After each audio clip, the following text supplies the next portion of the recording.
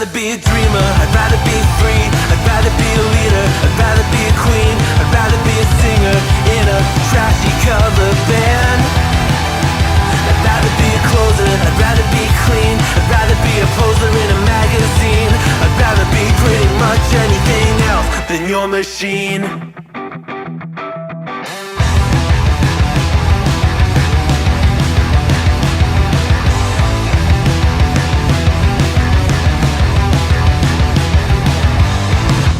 Wasn't always just a single shade, a palette full of gray in reverie. And I can burn it brighter than the sun. I have a golden gun inside of me. Don't box me in, don't, or I'll leave. I'd rather be a dreamer, I'd rather be free, I'd rather be a leader, I'd rather be a queen, I'd rather be a singer in a trashy cover band.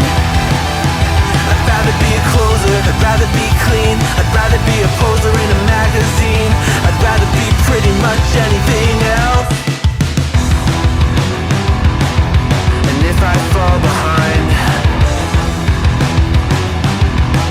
ignoring all the signs, if I lose the fight, I still rage against the night.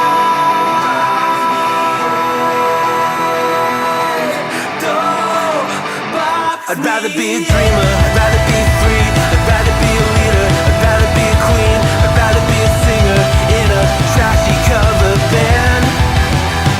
I'd rather be a closer, I'd rather be clean, I'd rather be a poser in a magazine, I'd rather be pretty much anything else than your machine.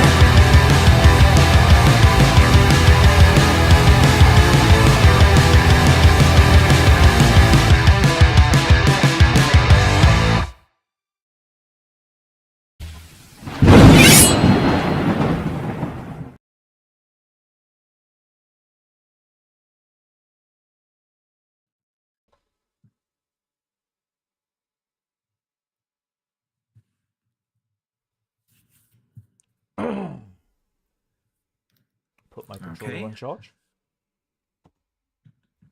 There we go.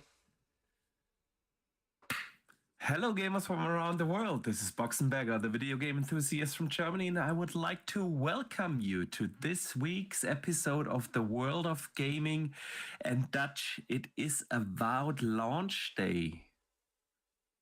We're intentionally delaying playing Avowed to talk to you guys about the state of play and a couple of other things. True that. And I hope everyone knows how much of a sacrifice that is. It is. It is. We've been debating whether to delay the podcast for a day or so to just play Avowed, because if you have purchased the early access version of the game, you can play it.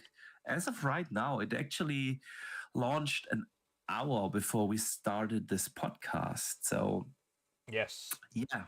I think we're both looking forward to play that right after the show. Yep. But first, we are looking forward to an awesome podcast because we just love talking about video games and the gaming industry and everything that happens in the world of gaming. And we love to do that, of course, with our awesome community. And with that, a big welcome to everyone who joins us here live today.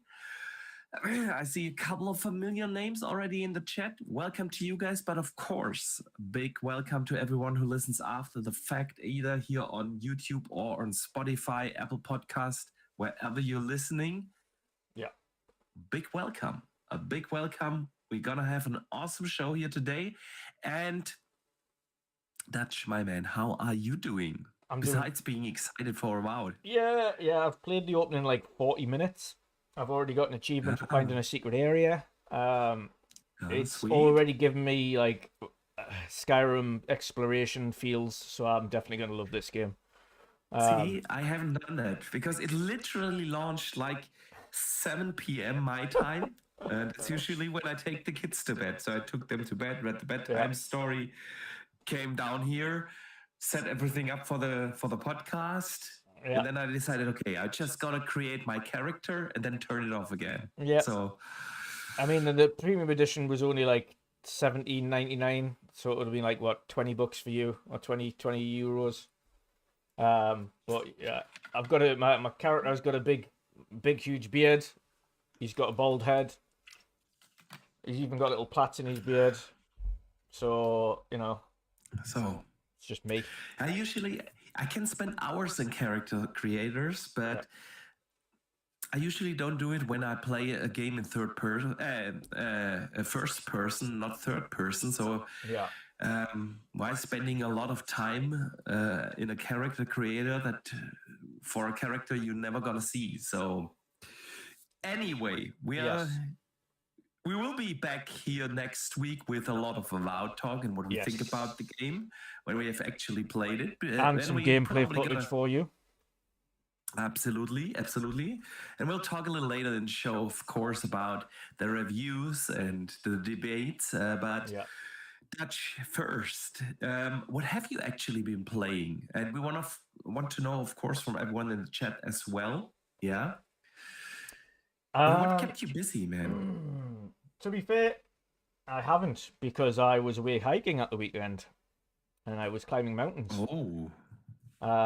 And then since I Nice. got back, I've seen the videos. yeah, thoroughly enjoyed it. We got good weather, so that's the main thing. But yeah, I haven't really been playing many games, to be fair. And the ones I was playing before I kind of went away was I'm on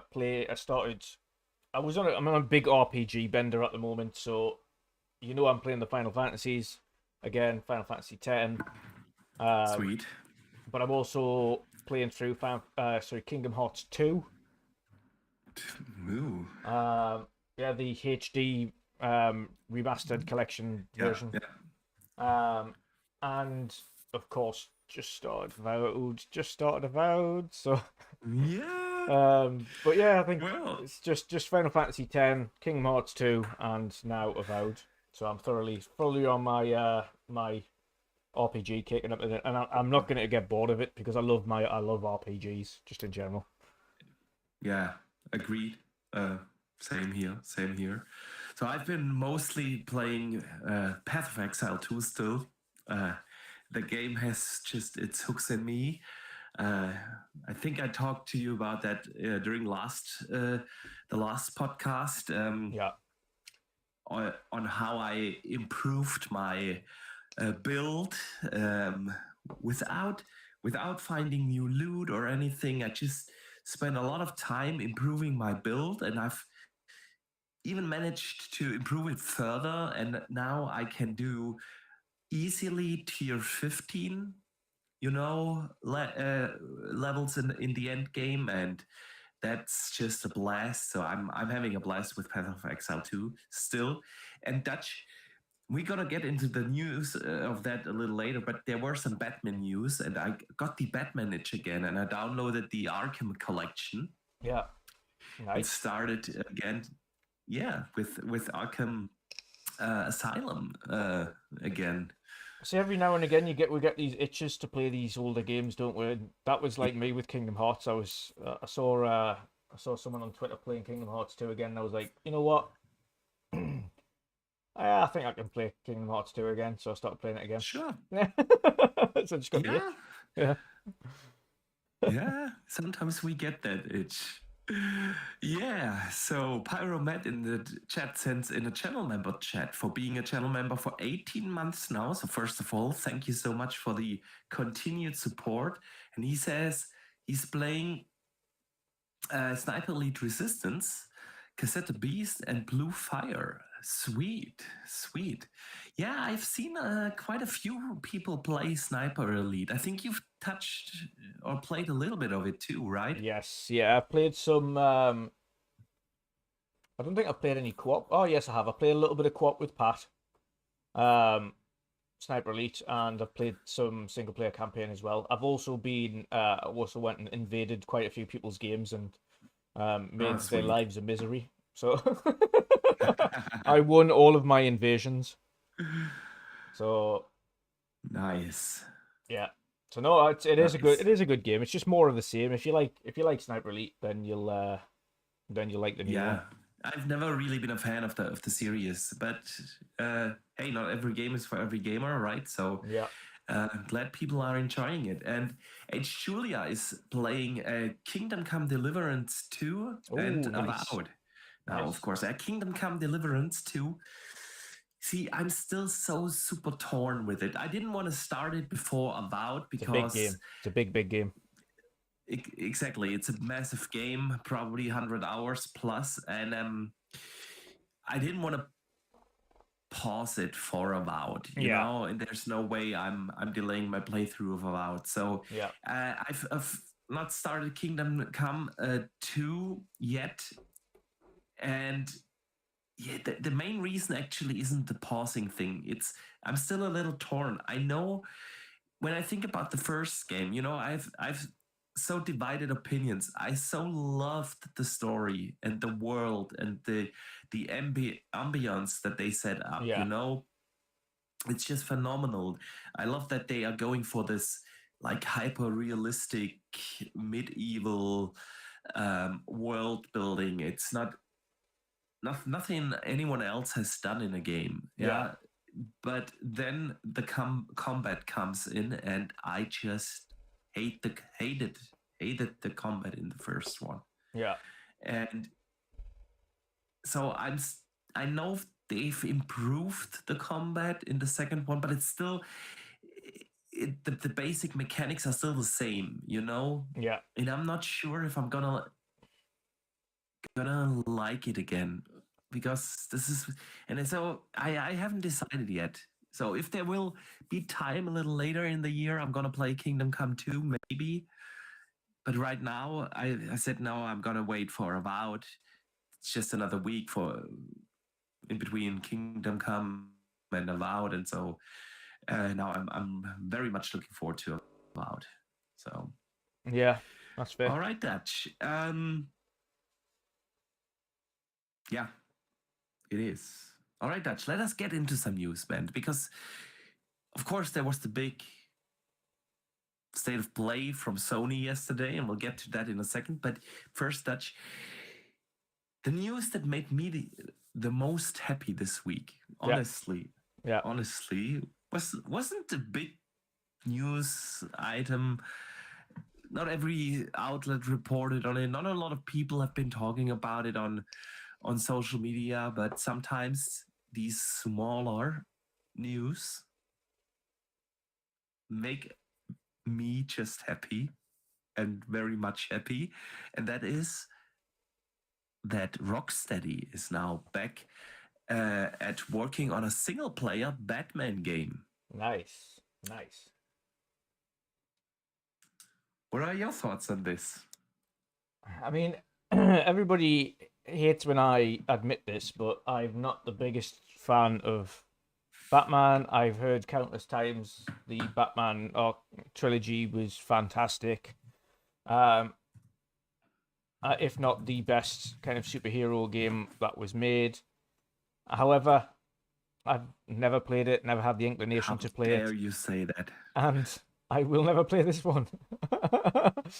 But I trust in those who love the Batman games that those games were the best that could have been in terms of combat, in terms of the city and the world building and the ambience that kind of came with it. So I trust their opinions, in that game was probably great. But when I don't really have big enthusiasm for the characters themselves, I can't really get into the game, so I'm not really that fussed. And it's the same with Spider-Man. Like, people who love the Insomniac Spider-Man games, like, I appreciate that they love them. However, I'm not a big Spidey fan, so I'm just like, it's a good game, but I'm a really, like, You enthused. just don't like superheroes. I just don't like superheroes. That's a fact. Yeah, The fact, like the it's- games that I have enjoyed, like even Marvel, like I thoroughly enjoyed the Guardians of the Galaxy game because it's funny, it's quirky, the music's great. Like, I love that kind of thing.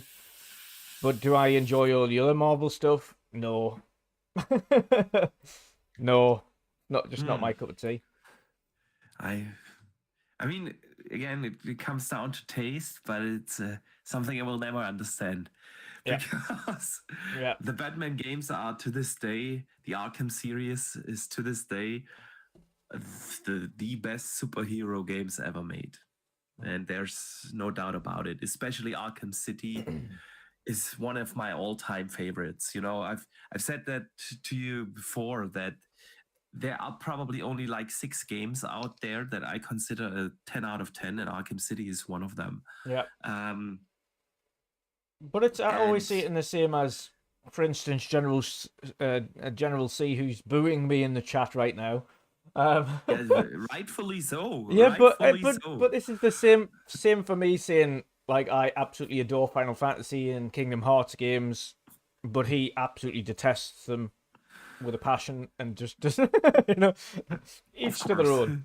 So It's each to their own. So, but I personally am super excited to hear. yeah, I mean, they tried something different with Suicide Squad, which actually wasn't that bad of a game. It just wasn't like a well done games as a service title. yeah, But if you just played the campaign, it was a fun campaign, but nothing close to Batman, yeah. right? And so I'm super happy to hear that Rocksteady is going back to making single player games. Batman, which they excelled at, right? Yeah. And I just hope that it's not one of these BioWare moments, you know, where when BioWare did the original Dragon Ages and especially the Mass Effect series, and then they, well, had their issues with Anthem and Mass Effect Andromeda and the general strategy of EA, right? Yeah. And now I think Dragon Age Veilguard was phenomenal, but a lot of people didn't feel it. So I just think hope it's that you know what it is. I don't even think it's a lot of people didn't feel the game. We know what a lot of the issues were surrounding it. That people like me and you are grown up enough to not be bothered by. Yeah. But other people with immature sensibilities will always have like fret over, and you can't have pronouns and things in games now because the DAI. Yeah, that's very true. And there was this one side quest that everybody was super annoyed about. Like really out the way side quests that you have to really find to actually start. Yeah. So yeah, Dragon Age was actually a fantastic game. So definitely in my top 3 of last year. Yeah. And anyway, and I hope that Rocksteady is not, you know, getting into BioWare territory, where a beloved studio that crafted a fantastic trilogy is, after years and years of making other stuff, namely Suicide Squad, can't find back to their old glory, right? I think they will, because even in the bones of Suicide Squad, the combat was okay. Like, even I bought Suicide Squad when it was down to like £4, just to jump on it at some point and just have a go at it. And I will, when I've got a little bit of spare time, I'll install it and see what it's about. But ultimately, in terms of the combat, I think everybody knows the combat, etc. It's you can't deny their ability, and I think if they're going back to making a single player game, I think Rocksteady will shine through on that. I sure hope so. I don't think they've got the problem with BioWare has, because BioWare's problem predominantly hasn't just been with Dragon Age. It started with Mass Effect Andromeda. And then Anthem, and then it's been like just a steady decrease in that, and I think a lot of it can be attributed to changes in the studio personnel over the years, and some of the people that made the original great games great are no longer heading those studios. So it's just, you just gotta hope that it recaptures the same magic. Yeah, I truly hope so. We're gonna have to wait a long time, though. Yeah, I mean, Suicide Squad is now what, a year old. yeah, So then a new Batman game can't be far into production, and so we need to wait at least 4 or 5 years probably. But anyway, I'm excited to hear that, and um, looking very much forward to the year 2030, right? When we eventually get to play it. All right, Dutch. Let us talk about the state of play. Yeah. Yesterday, well, it was nighttime. It was like 1 a.m. or so when that thing aired here in Germany. So I watched it this morning before checking all the news. So before we get into some of the games, what were your overall thoughts about the state of play from Sony? was okay. My main thing about Sony, and I'd say I didn't have high expectations anyway, because the blog that they posted immediately mentioned nothing to do with first party. It just said studios from around the world, and immediately I knew that was going to be that they would be not showing anything off first party, and predominantly that other than the remastered Days Gone was the case. Everything else was second or third party, and a lot of it was Housemark. Yeah, Housemark. Apart from Housemarks, yeah. But other than that, I mean, that's I would say it's a niche enjoyment studio as well, and there's lots of them. And don't get me wrong, there's a lot of Xbox studios that are niche enjoyment studios. So it's not a mark against them, but I wasn't a big fan of Returnal. Chances are, if this is even remotely similar, in the way that it plays, I'll probably not like this game either. And it's nothing against them. It's just not my style of game. But yeah, I didn't have high expectations. It wasn't a showcase. It was a state of play, predominantly centered around third party stuff. A lot of which are going to be multi-plat. I was actually expecting a couple of the Xbox announcements on there, but we didn't get any. Yeah, me too. No. Strangely. I was surprised about that. I would have thought like we see Forza Horizon or something.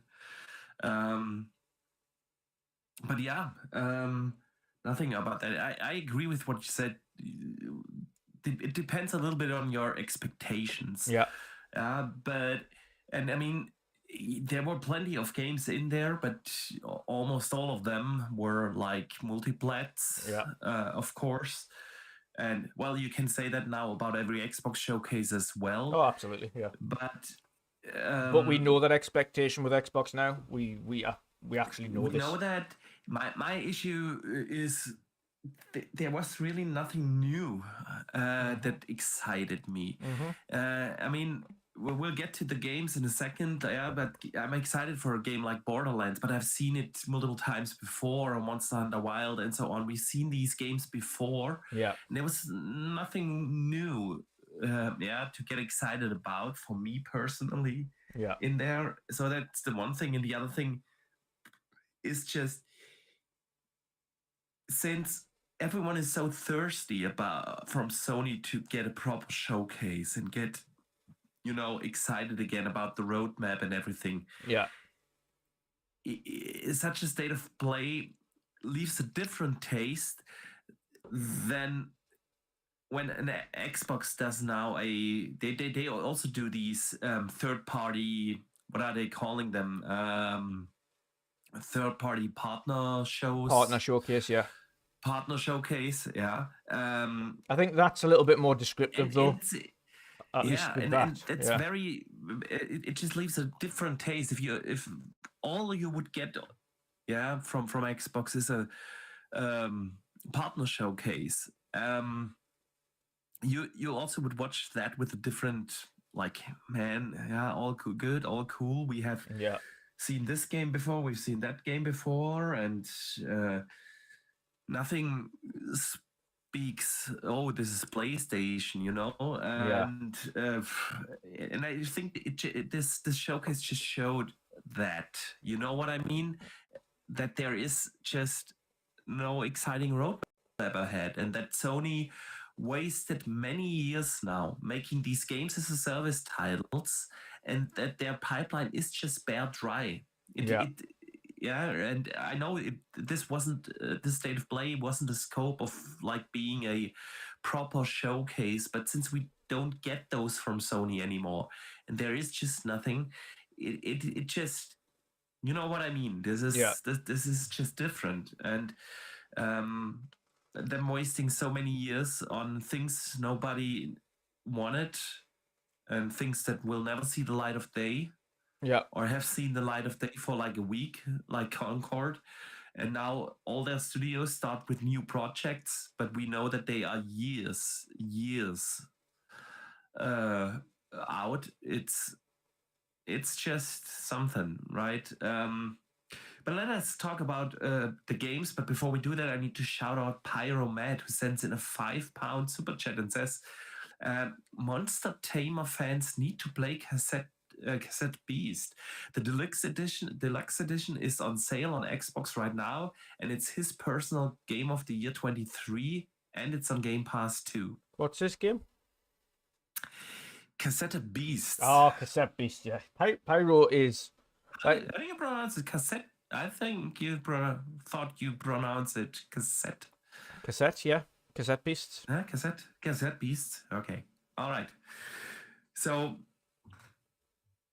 Yeah, exactly. He loves that game. I know he loves that game, and I've never played it. And I'm very sorry, Pyro. I've never really played it, but I need to at some point. I need to. It's it's a bit like, I mean, I don't know whether or not you would like it because you're not a big fan of Pokemon. Yeah, I'm not a big fan of Pokemon. Yeah, it's kind of like a different take on the Pokemon style game. Okay. So that you're not helping Pyro into getting. I'm not. I mean, I like it because I like Pokemon, but I know you don't like Pokemon, so. Yeah. So yeah, we shall see. All right, let's talk about some of the games. Yes. They have shown at the state of play. They opened up with Monster Hunter Wilds. I mean, it comes out in 2 weeks, right? Yep. A little less than 2 weeks, and we've seen Monster Hunter Wilds many times before. We've seen, or those who pre-ordered played the beta, right? Yeah. What were your thoughts on Monster Hunter Wilds? So what are your thoughts on the game in general? I've tried so many times to get into Monster Hunter, and it's just not for me. I bought Monster Hunter Worlds. I didn't get into it. I played the Monster Hunter that went on the Game Pass. I've forgotten the name of it. Monster Hunter Rising or whatever it is. I didn't really. Didn't really get into that. It's just I've tried many times. So Wilds does nothing for me. It's gonna do gangbusters because it's got a huge audience, but I just feel like it's gonna be a massive success. I just feel like it's just for me. It's a bit too sluggish. A little bit too sluggish. I mean, Monster Hunter Rise, I get that. That was kind of a spin-off, and not the best. Monster Hunter Worlds was actually great. I really enjoyed it. My problem with the game was that I bought it like a few months after it came out. Yeah. And all my friends were either like level 2,500 or something, you know, and you were the noob starting at level 1, or they already had moved on, and so I needed to play the game solo. And playing a Monster Hunter game solo really isn't that much fun for a long time. You do some of the quests and then you kind of grow tired of it, and that's why I'm also very hesitant again with it this time, because I know I don't have the time. I'm not too much of a fan that I would like drop everything and start playing it immediately, and I definitely want to take my time with Avowed. I also looking very much forward to a couple of other games that will release over the next few weeks, and so I'm not like Assassin's Creed comes out early in March, you know. And so yeah, I'm not 100% sold yet on Wilds. Just don't have the time. And by the time that I have the time to play it, everyone will have moved on, or again is knee deep in the end game, and then I just I'm struggling with it. You know, whether to get it or not. But what else did they show? They continued with Sonic Racing, you know, the Mario Kart clone. Yeah.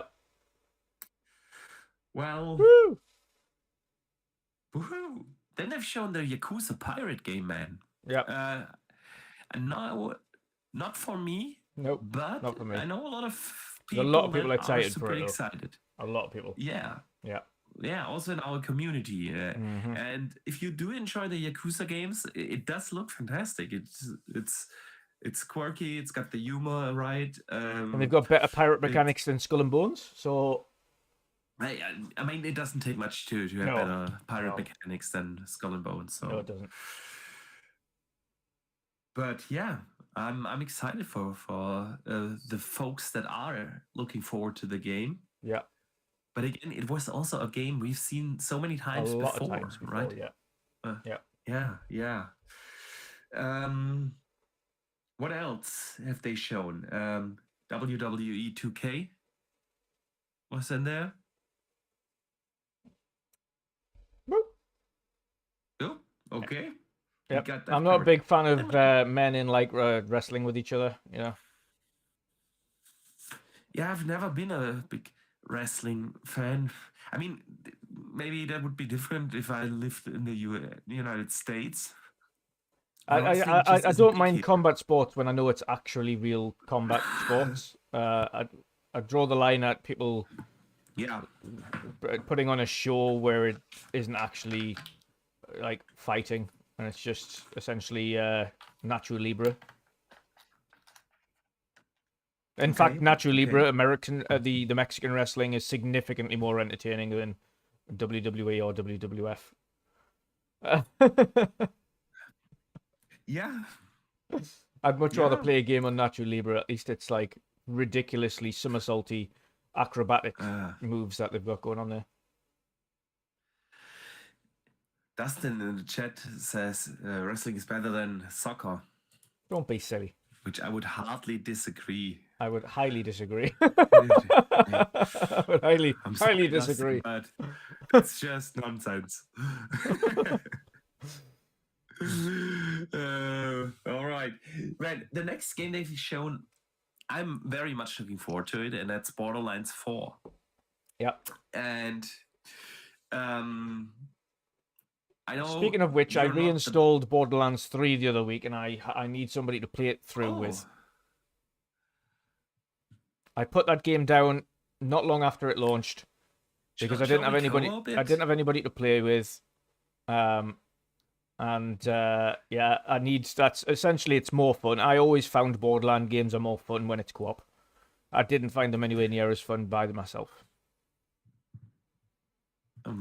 It absolutely. I mean that. Let's be fair. That goes for probably every game. Yeah, is every more looter fun in shooter. co-op. Yeah, Almost every looter game. shooter is exactly. Yeah, I much prefer as a co-op. Yeah. Yeah, but actually, Borderlands 3, I was just not a big fan of the end game, but the campaign was fantastic. Yeah. So I'm looking forward to Borderlands 4. It got a release date, September 23rd. Yep. Which I think is Good. actually one of the good. Sounds good. It's one of the first, if not the first, major release date that we have for after the summer break. Because the second half of this year, we know plenty of games that are coming, but none of them have a release date. Yeah. And we speculated before that's probably due to GTA and everyone wants to move out of the way from GTA.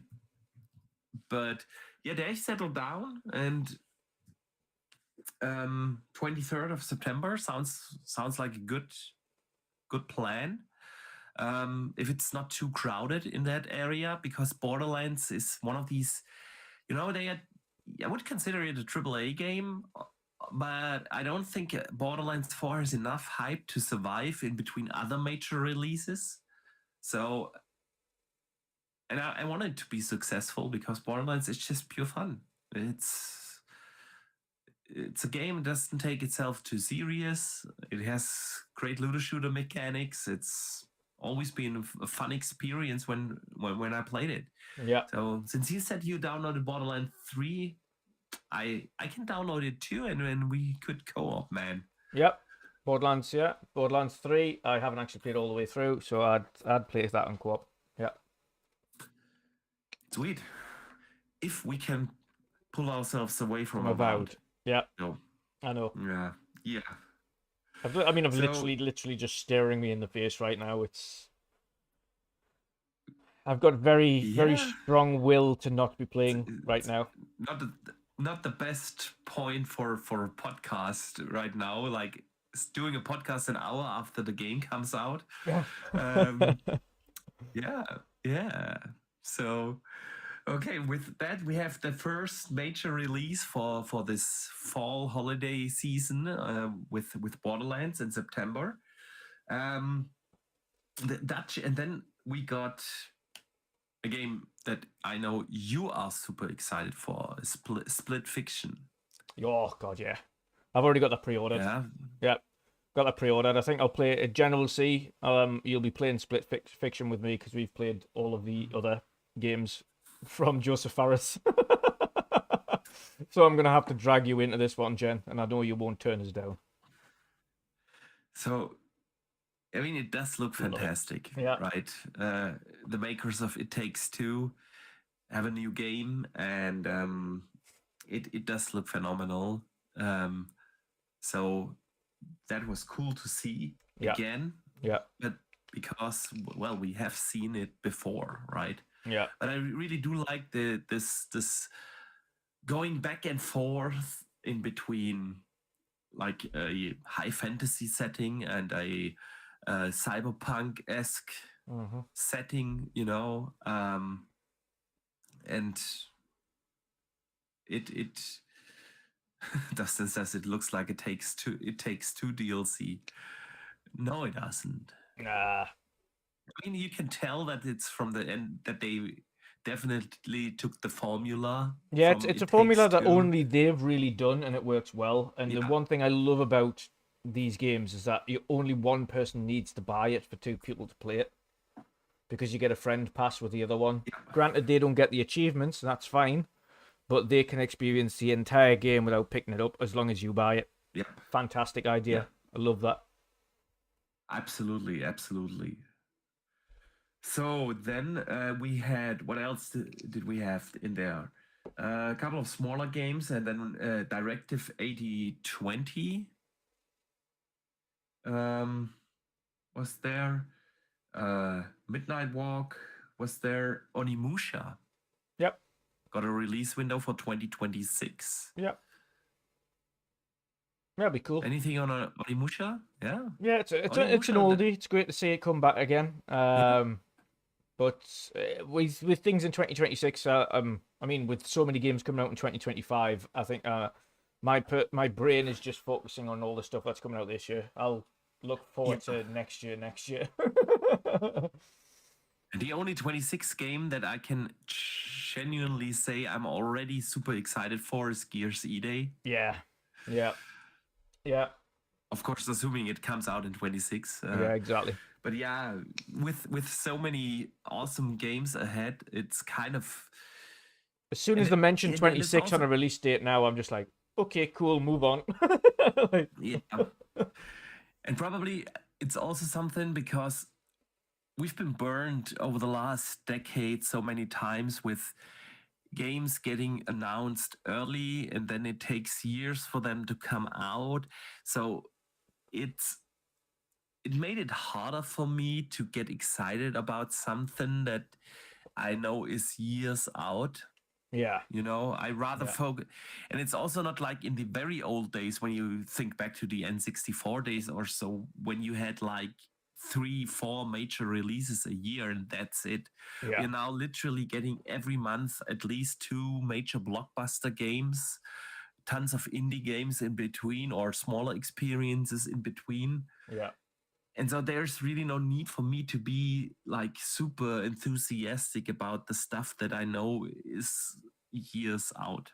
And I know 26 isn't years out, but I'll be playing at least 25, 30 games before a new Onimusha comes out, at least, if not Yeah. more. Yeah. Probably rather 40 games like that.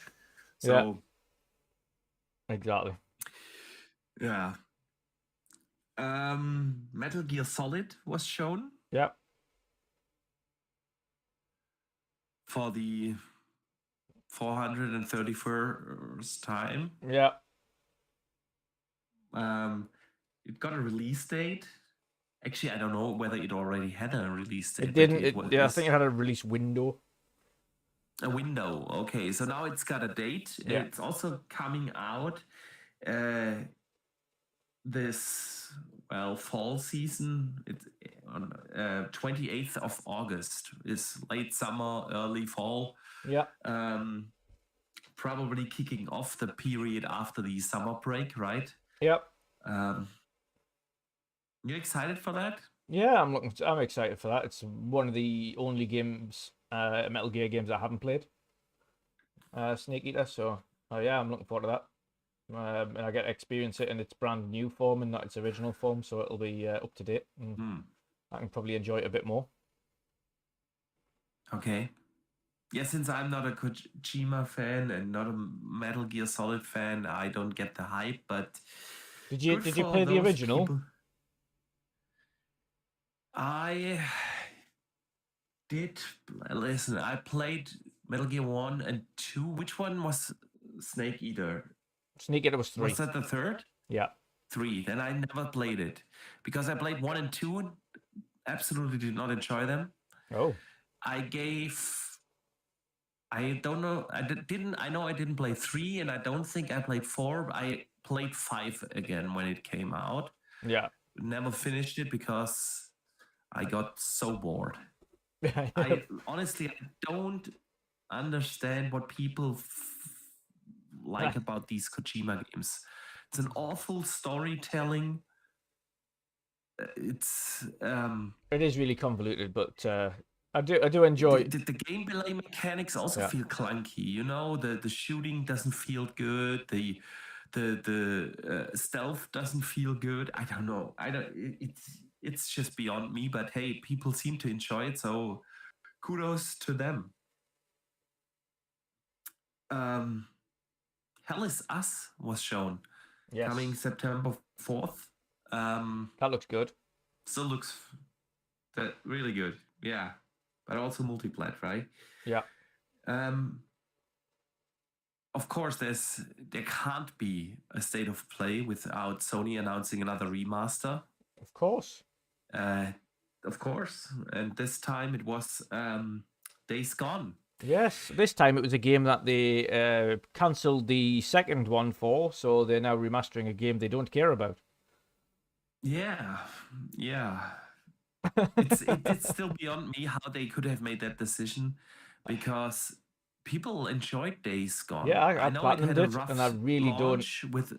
Yeah, I really don't platinum things very often because a lot of the games have a lot of grindy things and stuff like that. I only, as you know, I only 100% games if I truly enjoy them, like enough to go and do everything else. And there's very few games I've done that for. I did it for Hogwarts because I thoroughly enjoyed that. I did it for for the God of War series. I've done it for Days Gone. There's very few I would do that for, and I thoroughly enjoyed it. And yeah, like you say, it's baffling that they decided not to, just because it didn't get critical acclaim, regardless of what the sales figures did, which was 8 million plus. It wasn't even bad reviewed. I think it was 70s. I haven't checked, but it's 85 or something. 85 was it in the end? Like yeah. It's something in that ballpark. I haven't checked where it's sitting now, but that's when it was at the time. And it sold like the last number I remember was 9 million. Yeah. Probably by now, let's Closer to assume 10. 10 million Yeah. copies, which isn't bad at all, right? The only thing we can And, kind of hope for here is that they're using this as a gauge to see if people are going to new people are going to pick it up, and if people enjoy it, then potentially look at greenlighting the second one. But even then, the original writers left the studio, and he's still furious with them. So would it be the same for a second? I don't know. I don't know either. I mean, this is a super bad decision, obviously, by Sony to force spend into making a games as a service title that they didn't want to do. Yeah. And they wanted to do a Days Gone 2, and to tell them, no, you can't do that. You have to do the games as a service title, and then cancel it 5 years later. Yeah. Like that's ridiculous, right? You lost 5 years time of a fantastic development studio. Yeah. That they could have spent in making a game that they actually enjoy and that will sell you another 10 million copies. So I really enjoyed Days Gone. And to be fair, this time, at least if you own the PS4 version, you can upgrade it for $10 to the remaster version, so you don't have to buy full price, which is kind of new. Right? Yeah. Because if you think about the last remasters that they have published with Horizon and Last of Us 1 and 2 and everything, you always had to buy it at full price again.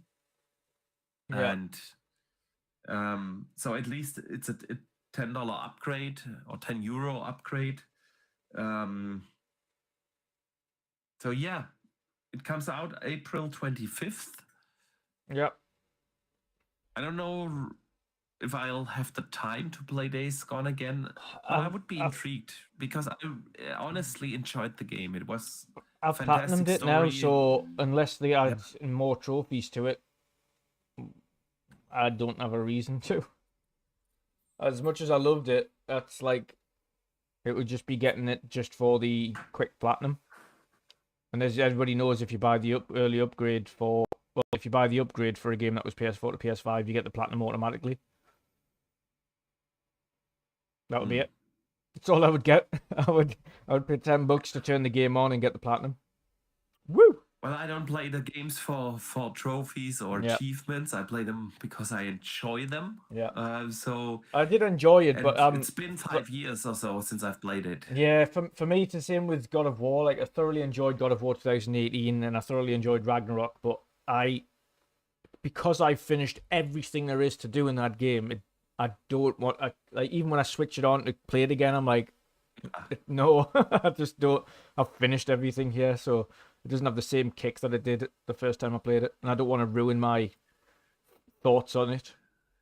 Yeah. Well, I know. I'm not sure yet because there's just too much new stuff coming out, and Days Gone was also a massive game. Yeah. Many hours, 40, 50 hours, and so yeah, let's see.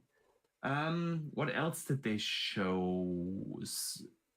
They closed the show with Seros, the new game from Housemarque. Yeah. And it's probably the one thing that most people were excited about coming out of the state of play, because Returnal, at least in the more hardcore community, was a beloved game. It wasn't for me. I didn't enjoy Returnal at all. So, like you said earlier, I'm also not super excited about Seros because I didn't really enjoy the previous game. So yeah. But yeah, that's got a release window for 2026. Yeah. The thing about so- PlayStation games for me as well is, and this is what comes down, everybody knows the same thing. If I'm not too sure on a game, I'll wait until it comes down in price before I pick it up. And I'm very much a digital buyer. I hate buying discs where I can. And Sony just doesn't reduce game prices for their own games like Nintendo. So Yeah, unless you're yeah, really looking true. forward to a game and you're really interested in the game, then I just don't pick them up. And that's always been the case unfortunately for PlayStation games. So because I didn't really enjoy Returnal, and I tried it on PS Plus, thankfully, so I didn't buy it. Do I have an inclination to pick up the next House Marquee game? No. I know people absolutely adored Returnal and love House Marquee, but I'm not risking buying something where I'm not overly keen on the idea in the first place. Yeah, agreed. And it's not just because of the money I want to save for myself. It's also about the time. There's only so much time that you have for gaming, and with tons of other stuff coming out, we shall see. We shall see. Yeah. A couple of our fine folks in the community corrected me in the chat, by the way. Oh.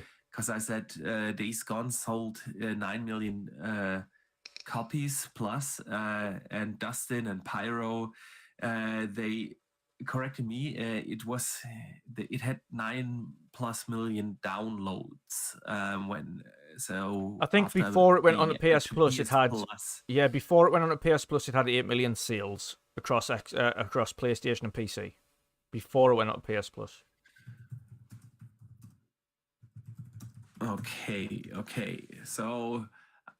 And that was from the studio's director. The first that pops up by February 2022, it sold 7.32 million copies, and that was before it was released into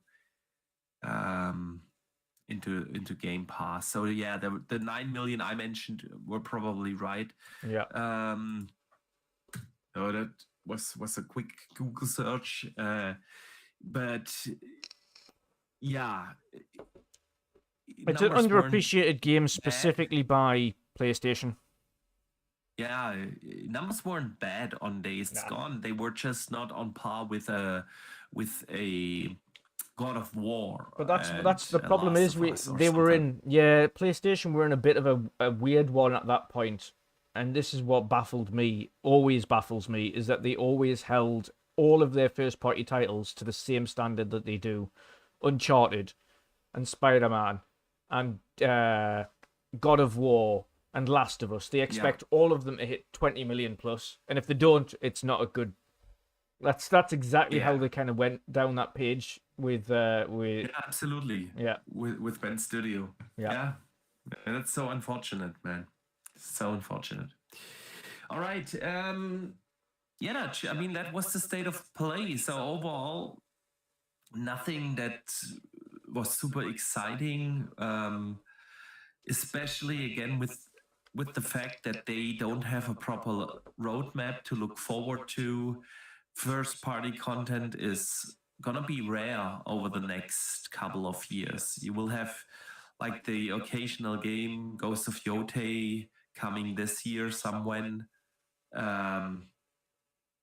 Next year they have now Saros, maybe the year after Intergalactic or so, but it's nothing like they don't really have a proper pipeline now because they canceled too many games and wasted too many years on other stuff, and that shows when you watch such a show, such a state of play, it shows you the results of that, right? Yeah.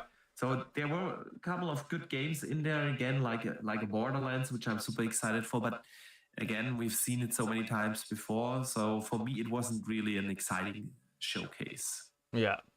Yep. Same. But it was exactly what I expected because as soon as I seen the blog, cause and it sounds harsh. It really sounds harsh, but the only reason I have a PlayStation is for first parties. I don't have it for third parties. I'm not interested in playing any third parties on my PlayStation. So the only thing I look forward to when I look at PlayStation's events or what first party titles are coming to the PlayStation. Yeah. Unfortunately, there has been little. We've got Ghost of Your Title. Well, I've got Ghost of Your Title to look forward to, which is the only predominant one coming out this year that I'm interested in.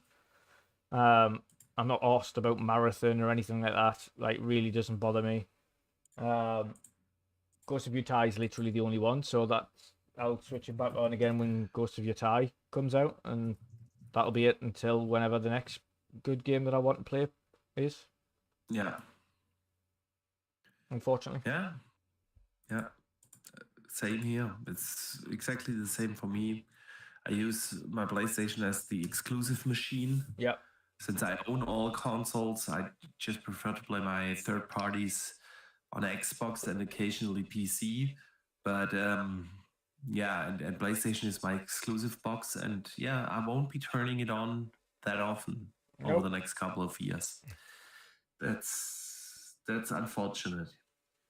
Let us switch topics and move on from Sony's state of play and move over to Xbox. Yeah. Because they actually do release games. Avowed launched earlier today. In an early hour before access. we started the podcast. In early access, yeah. It fully releases next week. Yeah. Yeah. If you have pre-ordered or if you have paid the 20 or $30 upgrade, like we did, you can play it right now, and reviews are out, man. And for the most part, they are very good. Yeah. There are some reviews out there that are a little bit more critical. But overall, it looks like it's a good game. What were your thoughts on the Avowed reviews? Yeah. To be honest, kind of in the ballpark I thought, kind of 80s, mid 80s. I think a lot of people take that. I mean, and Metacritic is right now 85, right? Yeah, that's about right. Yeah, so that makes, to be fair, that's pretty bang on for the studio. If you have a look at Outer Worlds, that was pretty much the same, kind of mid 80s. I probably expect Outer Worlds to probably review the same. Yeah, it's one of those games where I think it's by the looks of things, the people enjoyed the combat, enjoyed the story, enjoyed the world. A few people said it looked better than they thought it would look. Of course, it has multiple options for those with TVs capable, so you can play it in 30, 40, or performance mode 60. So you've got multiple options there to play in different types of quality and performance modes, which is great. So you get that day one. Yeah, and it's got plenty of content, plenty of side quests, there's big worlds. I think a few people have said if you want a little bit more challenging combat, which also makes the combat feel a bit better, then put it in hard. I'm just playing it through on normal at the moment, but yeah, it's exactly where I expected it to be fair, and good on them. Happy days. I think anything, if it is when you start hitting the 80s plus, you're in good territory anyway. So I don't think I think I should be very happy with that. And honestly, whether it's an 85, 90, or even a 95, when you are in that ballpark, it all comes down to taste, right? There will be people that will absolutely love the game. A lot of people gave it a 9 plus, 9.5. Yeah. Right, and others 8.5. didn't. Yes. So to me, I'm glad to see that Obsidian obviously didn't drop the ball. I know that I will be loving it because I'm a huge fan of Obsidian games. There's a lot, there's a lot absolutely. There's a lot of dialogue options. Again, on this one, there's a lot of things to choose from when you see it. None of them are the same. It all depends on what class you chose as well when you created your character. So I went for the war hero. Yeah, me too. Yeah. I've only done the character creation. I haven't started the game. And then your dialogue options, you have dialogue options specifically for your class as well. So war hero will be is one of the options in a lot of the dialogue. Where you're a little bit more hard, and a little bit more like straightforward to the point, and like blasé about death and people dying and stuff. So I like it. I'm intrigued to see how the dialogue kind of affects the story as things go on and how our characters interact with me. So like you say, a lot of reviewers will have difference in opinions on whether or not they liked or enjoyed the story or the combat or anything like that. But ultimately, I think it's in the right ballpark as an weighted average. Yeah, 100%. Yeah, agree. I've seen some people being controversial about it because, or well, argue or saying in their reviews, well, it's not a AAA game. Yeah, I don't know. I'm not bothered. Honestly, yeah, I'm not bothered, and it always comes down to the question: what is a AAA game for you, right? AAA game ultimately, all AAA means is that it's a larger studio with a big budget. All it really boils down to is the amount of budget that's been put into the game and the amount of heads that have been working on the game. Yeah, If it's 50 people and somebody's put in 200 million, that's a AAA game, even if it's only 50 people. Likewise, if it's 15 people and it's 200 million, it's still a AAA game because it's 200 million quid. You could also have 50 people working on it and only have £1 million, and that's an indie title. yeah, yeah. So AAA is It's just it's a silly term really used by the industry to kind of dictate the amount of budget spent on a game. Yeah, I agree, and it really shouldn't bother you at all whether you consider it a AAA, AA, indie, whatever. At the end of the day, it comes down how much fun is it to play, right? And from what I can tell and the reviewers that I do trust, it's one hell of a game, and so I'm super excited to play it. Yeah, and we will talk about the game a little more next week, Dutch. Something else that happened in the world of Xbox this week is that the South of Midnight previews went up. A lot of people had hands-on it. Events and did get preview copies where they were able to play. Yeah, the Black Viking got a preview as well. Pardon? The Black Viking got a preview copy as well. He's been playing it. Yeah. He's played it through and loves it. Yeah. We never get those. You know, I always have this. I blame myself. To be fair, it's only got myself to blame because I've really slacked off on doing gameplay stuff on this and podcasts and stuff on this channel over recent months. Yeah, no, I always have the issue that like Xbox has these different divisions that are responsible for different regions. Yeah, and being in Europe makes it significantly harder. To get something. Xbox just doesn't care whether about European influencers. They just don't care about those. And then whenever I get in contact with them about a review copy, you never get in touch with Xbox directly because they have outsourced the entire influencer handling stuff to a third-party company, so you have to go through them to contact Xbox. And then I always get the same thing when it happens. They ask, of course, about the channel. You show them the channel, and numbers are good enough. But then it comes to big but. Well, you are in Germany, so you have to go through us. You can't contact the US Xbox division, but you're doing content in English. If we want to hand out a copy to you, we want you to do German content, because we are responsible for the German division. And this is what I'm ending up with. So it's an almost impossible task to get in touch. If I was copies or preview copies, but for that, the only resolution for you on that is to do the entire review in German and then have another voiceover segment where you're just voicing over the same thing but in English. Yeah, but most of my followers are not from Germany. Yeah, just do it to appease the Xbox German overlords. Yeah. Screw it. I'm not getting any review copies, and that's okay. That's okay. That's not what we wanted to talk about. We wanted to talk about South of Midnight, man. Yes. We've seen the game before, but we never had an idea whether it just looks good or if it actually plays good and is fun. And a lot of the people that did the previews, they all had very similar opinions about it. That it's focusing strongly on storytelling more so than the early showings of the game led on. Yeah. It's actually darker than expected. It's a darker tone, and that it's actually really fun. It's that it looks gorgeous. We all knew that because we've seen the game, right? Yeah. It has a beautiful visual art style. Does something very unique with the stop motion technique.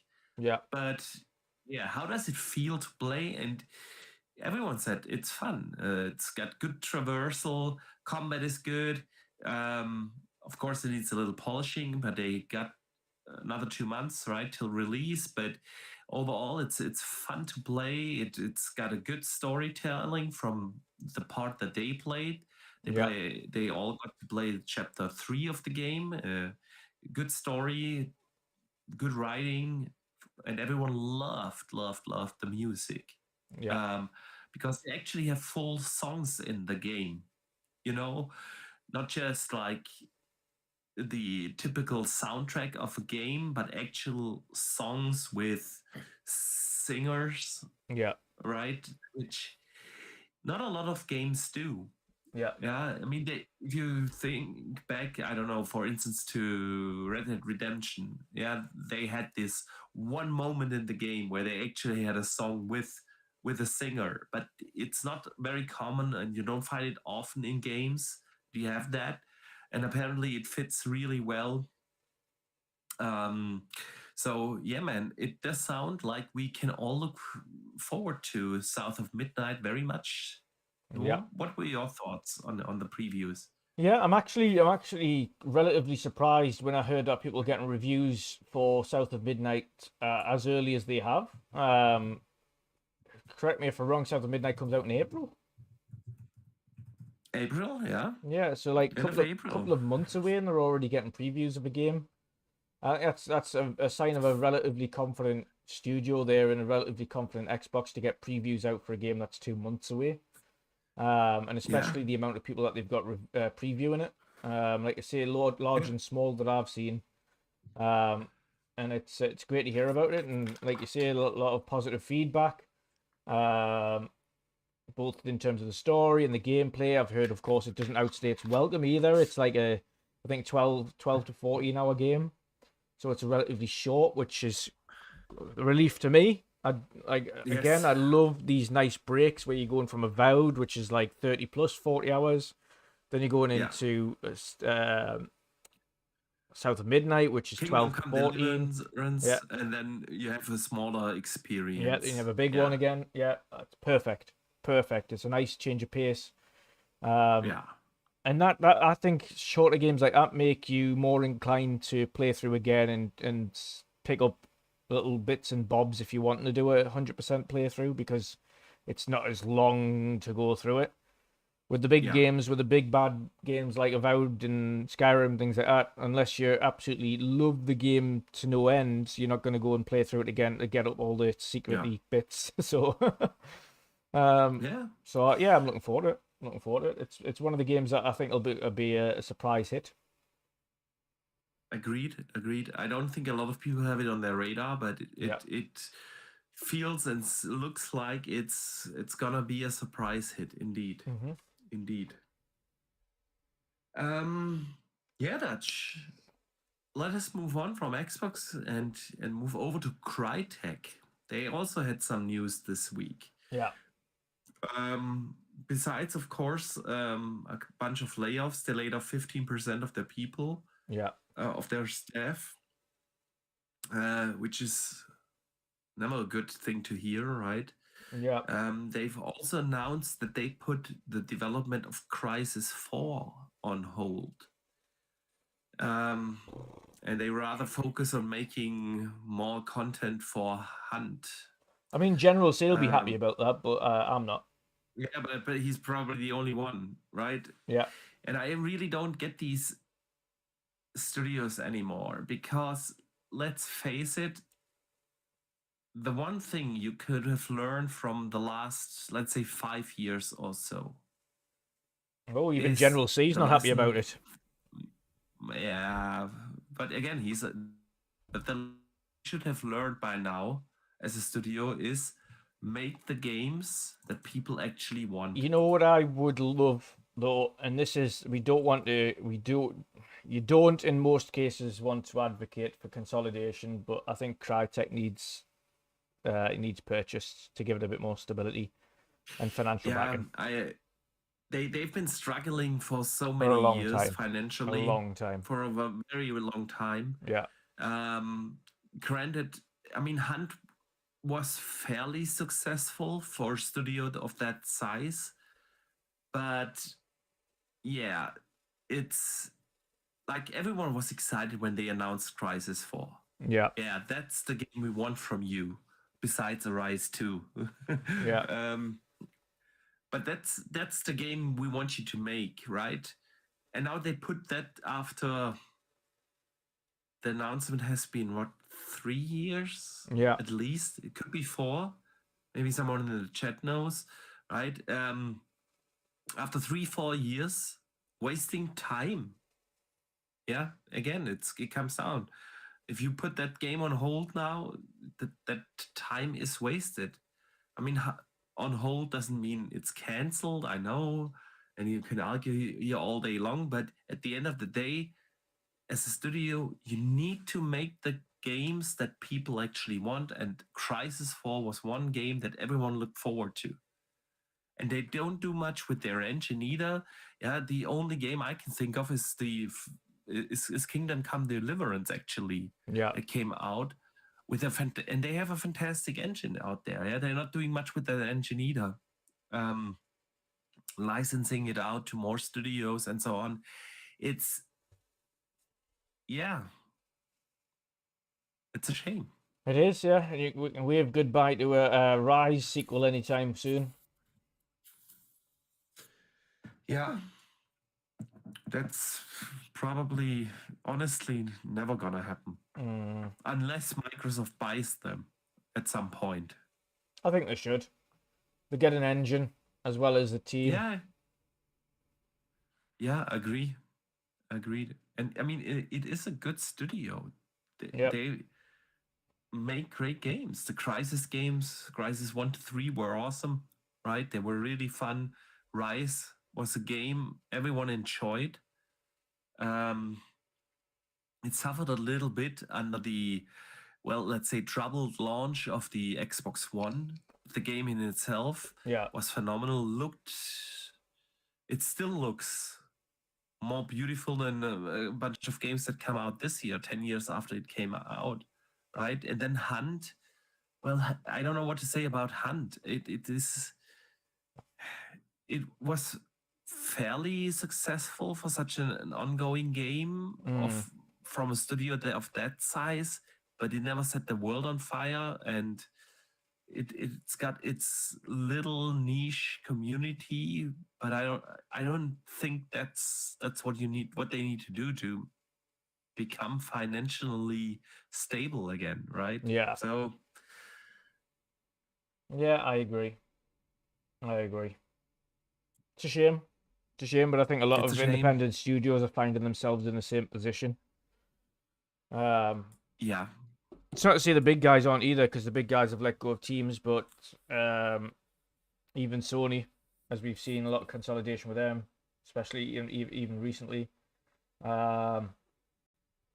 So yeah, industry's still in a very funky place, but I ultimately think if Crytek actually want to continue to do things beyond Hunt Showdown, they need to either partner up with a company and become kind of a support studio for someone so that can get more finances in, or be purchased.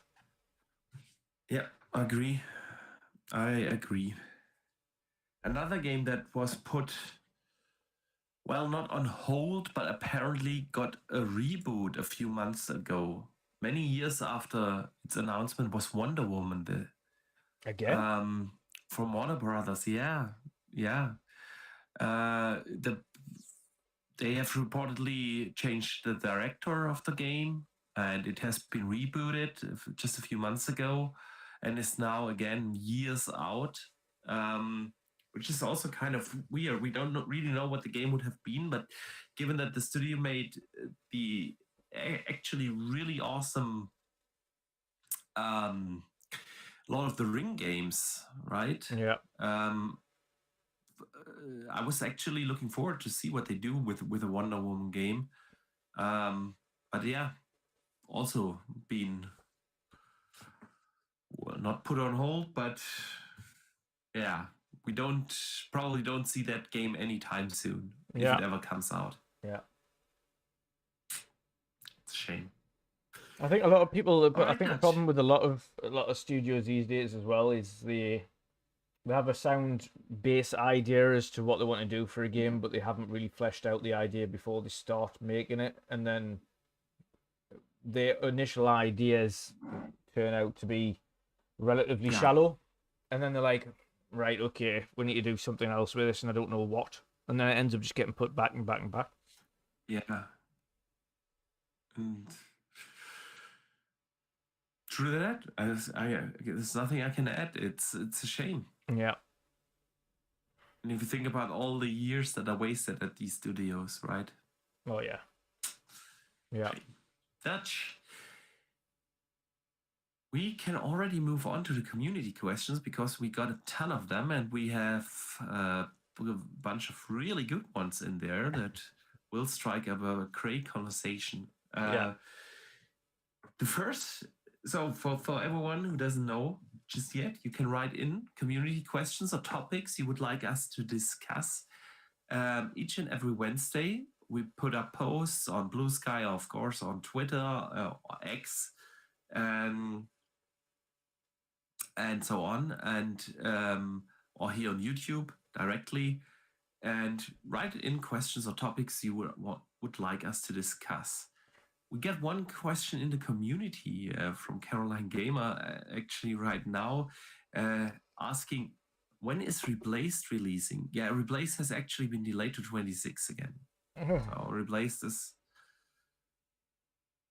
well, now a 26 game. But the first community question of the day comes in from Rave Demos, and he asks, with AMD's UDNA architecture possibly not ready for 26 console release, do you see a phased rollout of Xbox next-gen hardware, where the first phase is software-based and comes in the form of third-party hybrids, followed by first-party UDNA handheld and PC console hybrid in 26-28 from Xbox?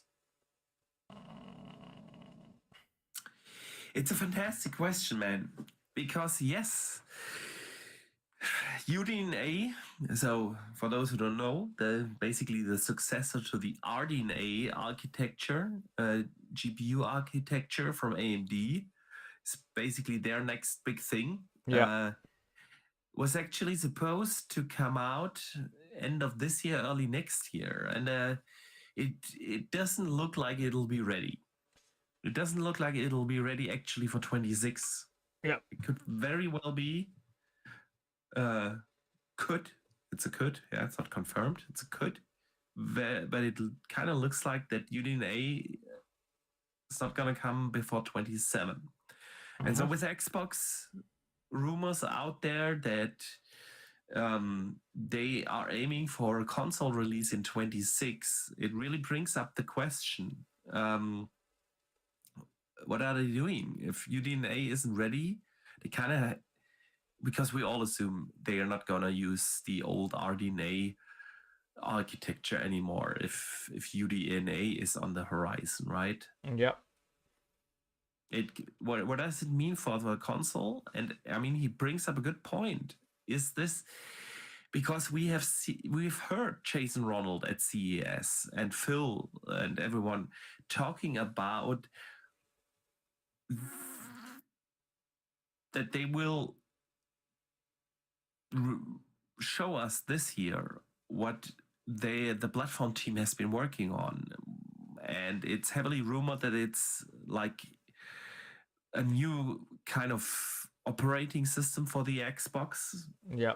That is assumingly Windows based and enables you to install things like Epic or Steam or something like that. And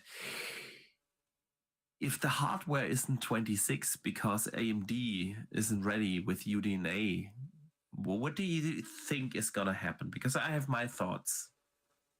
Yeah, I mean that's whether or not they use AMD. Yeah, that's the first big question. Who says that Xbox isn't moving over to Nvidia? Yeah, which is the ultimate question. And especially, I would say Nvidia have got significant more experience when it comes to handhelds. Yeah, since they've done the Switch. Yeah, and also portable PCs, i.e. the Switch, not the Switch, the Steam Deck and the ROG Ally. I think no. The ROG Ally ROG Ally and Steam AMD? are running on AMD. I They're don't. all on AMD. Yeah. I'm sure there's a couple of them run. The ROG Ally runs on the Z Extreme chip. Oh, Z1 Extreme from AMD.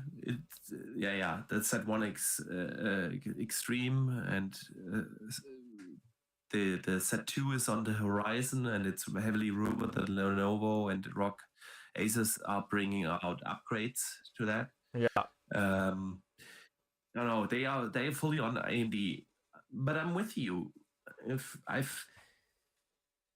Since Xbox has been so heavily discussing this, that they want to differentiate through hardware power, not exclusives anymore. I could see that happening if they use an NVIDIA GPU in their consoles. And we know they did that in the original Xbox. The OG Xbox had an NVIDIA chip in there. Yeah. Then something happened in between the companies on not a console related thing, but something happened in between the two companies. But now they are having a very good relationship with all the AI server infrastructure. Microsoft and NVIDIA have a very, very good working relationship again. Yeah. And so I could see that happening if, of course, NVIDIA can offer the same price, because that's the thing. You would also think though NVIDIA have a little bit more flexibility, being the largest and one of the more largest companies in the world financially, to be able to do transactions that are more beneficial to them on that front, and cost effective. They would also have significantly stronger supply chain capabilities. I agree. They do have that. And if Microsoft decides to go with NVIDIA, of course, 26 isn't, or a move out of 26 for the next Xbox console is absolutely realistic. However, if Microsoft sticks with AMD, I don't think it would be wise to release a console without the UDNA architecture, especially if you know that your competitor is going to launch a year or 2 years later, their version of a console, and has the UDNA architecture. So yeah, we shall see. I mean, the interesting thing really is for me what they do with this operating system, and apparently we're going to learn more about that. Yeah. I mean, I could also see them rolling that out for the existing consoles. Why not? Maurice, the Xbox, Nintendo and PlayStation tester, writes in a question specifically for you, Dutch. Yes. I got a question for the show. What does Dutch use to keep his beard so gorgeous? Yes. I shampoo and condition using shampoo and conditioner specifically for beards, and get them from L'Oreal now. And beard oil and a ball brush to brush out the beard. and yeah, that's pretty much it. And then of course cut off the dead ends when you get them. It's a bit like managing long hair. Interesting. So there you go. Pyromed asks this. As Like a Dragon Pirate Yakuza in Hawaii is only 9 days away, my question is, what pirate games do you love and have fond memories of? A few examples would be Sid Meier's Pirates, Monkey Island, Assassin's Creed 4, Sea of Thieves, Age of Pirates, and so on. So, which pirate game do you remember fondly? Yeah, I mean, you mentioned it in that list. Monkey Island is absolutely up there as one of my most favorite Monkey Island like pirate games ever. The humor was ridiculous. The story was fun. I'm glad they brought a new one out not too long ago. That was also great. And yeah, I also thoroughly enjoyed Sea of Thieves, of course, in my time with it, and Pirate Legend on that game. I put a lot of hours into it. Naturally, with a live service game, at some point you have to drop off it, otherwise you just play the same thing forever and never touch any other video game. And I don't want to do that. Yeah. So, so I've dropped off Sea of Thieves for the time being. But Sea of Thieves and Monkey Island have absolutely my crowning pleasures of pirate games. Monkey Island definitely, and I would also add Assassin's Creed 4 Black Flag. That was just awesome. Yeah. That was just awesome. Sergeant Sentinel Gaming writes in and asks this. Do you think we will see anything about GTA 6 in the next 30 days? No. I could see that we see GTA 6 at the Switch 2 reveal event. Because they talked... No, honestly, they have talked this week about that they want to support the Switch 2. Holy moly! And they know, Well, that would be a sight. That would be a sight seeing a GTA game on the Switch. Honestly, I could see that happening. The Switch 2 will gain a massive install base. Yeah. Within a couple of months, and why would you skip that? If you bring it out on Xbox and PlayStation, and the Switch 2 can support it, why not? I mean, what will it look like? Yeah, that's another question.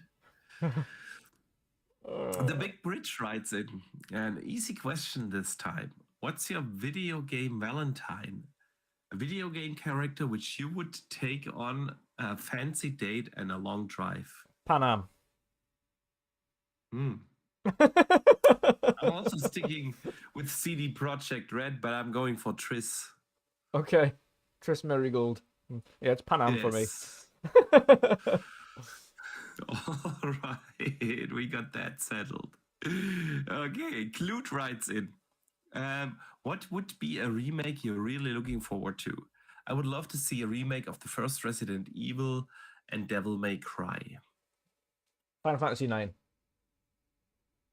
Which is also rumored to be in production. Now mine is probably never going to happen, but Secret of Evermore. You never know. I want to... You probably didn't think Visions of Mana would come out, and here we are. True that. But I would love a Secret of Evermore remake, man. Yeah. All right, Dutch. That brings us to the end of this week's podcast. I want to say a big thank you to everyone who tuned in here this week. I know Avowed is out, and probably a lot of viewers are itching to play the game as do we. So a big thank you that you took the time. A big thank you to everyone who listened after the fact, of course, either here on YouTube or on Spotify, Apple Podcasts, wherever you're listening. And Dutch, let everyone know where they can find you and what you are working on. Yeah, I'm gonna have to work on being a bit better at streaming on here at some point. But honestly, I get in from work, I go to the gym, I get in from work, I go work, gym, work, right? So yeah, I'm gonna have to start doing a little bit more on the channel. But I'm also enjoying going on hikes and recording hikes and doing vlogs and things like that as well. So yeah, I'm not gonna promise, but I'm gonna try and be a little bit more active and getting some more video gaming content or streaming or something on here.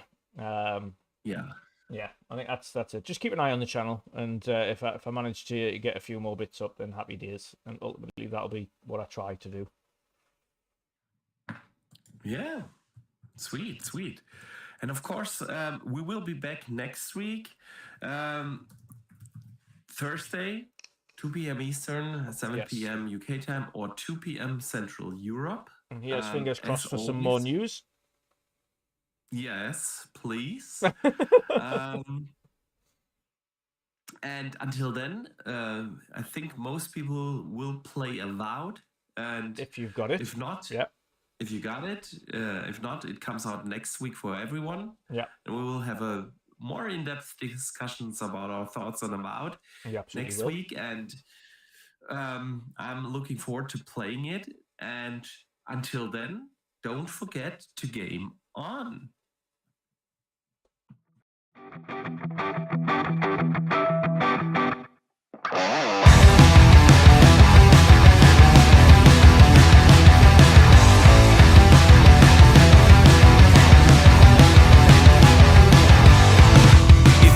Got my number figured out, a motive born in drought and brevity.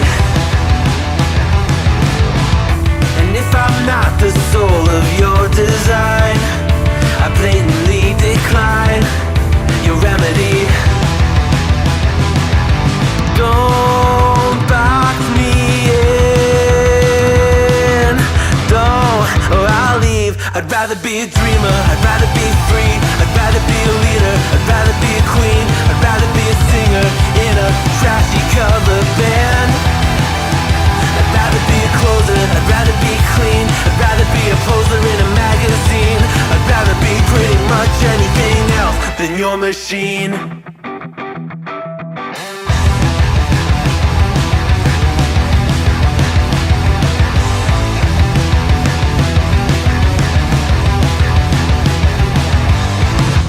Wasn't always just a single shade, a palette full of gray in reverie. And I can burn it brighter than the sun. I have a golden gun inside of me. Don't box me in, don't, or I'll leave. I'd rather be a dreamer, I'd rather be free, I'd rather be a leader, I'd rather be a queen, I'd rather be a singer in a trashy cover band. I'd rather be a closer, I'd rather be clean, I'd rather be a poser in a magazine, I'd rather be pretty much anything else. And if I fall behind, ignoring all the signs, if I lose the fight, I still rage against the night.